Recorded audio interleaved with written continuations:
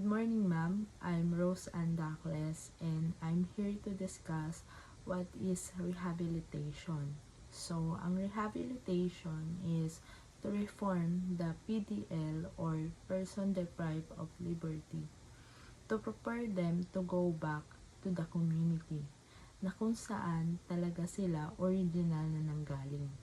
And yung rehabilitation rin is isang way para maging mabuting tao or mamamayanan ang isang PDL na sa kanilang komunidad. And yung rehabilitation ay may mga program habang ang mga PDL ay nasa loob ng prison or kulungan.